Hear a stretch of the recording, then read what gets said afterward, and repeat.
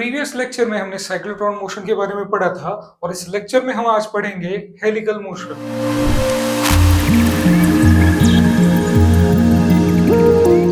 Cyclotron motion में हमने पढ़ा था कि जो चार्ज की वेलोसिटी होती है वो परपेंडिकुलर थी मैग्नेटिक फील्ड के, यानी वेलोसिटी ऊपर जा रही है, मैग्नेटिक फील्ड बोर्ड के अंदर जा रही थी। तो ये दोनों हो जाते हैं परपेंडिकुलर एंड जो फोर्स लगता है हमारा वो लगता है इस डायरेक्शन में, जो कि होगा मैग्नेटिक फोर्स। इसमें जो हमारा फॉर्मूला आता था वो आता था momentum P equals to M V equals to Q B R. ठीक है, तो अगर मैग्नेटिक फील्ड के परपेंडिकुलर वेलोसिटी हो तो वहां पे सर्कुलर मोशन परफॉर्म होता है। और अगर क्या होगा कि इन दोनों के बीच का एक एंगल होगा जिसको हम नाम देंगे theta.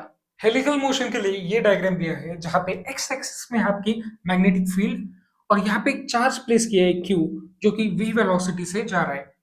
Velocity and magnetic field के बीच का जो एंगल है वो दिया है थीटा डिग्री। ठीक है, तो यहाँ पे वेलोसिटी के दो कंपोनेंट्स हो गए। फर्स्ट वाला जो कंपोनेंट होगा वो होगा ये रही वेलोसिटी, ये रहा इसके बीच का एंगल थीटा।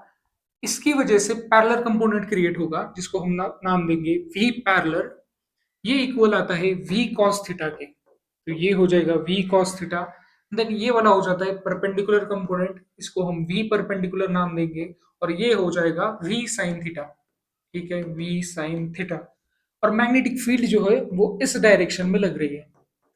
तो यहां से एक चीज क्लियर है आपको कि magnetic field and perpendicular velocity का जो वेक्टर होगा उन दोनों के बीच का जो एंगल होता है वो होता है 90 डिग्री, यानी ये एक दूसरे से परपेंडिकुलर है, तो यहाँ पे सर्कुलर मोशन होगा।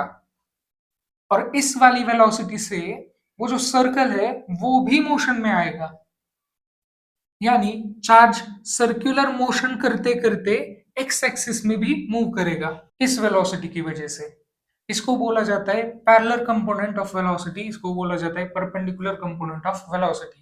यानी v parallel component magnetic field के पैरेलल हो जाता है और इन दोनों के बीच का जो एंगल होगा वो हो जाएगा 0 डिग्री।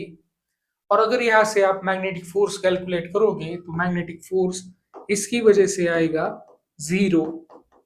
ठीक है, मतलब मैग्नेटिक फोर्स सिर्फ इस परपेंडिकुलर कंपोनेंट से बनेगा, ना कि इस पैरेलल कंपोनेंट से।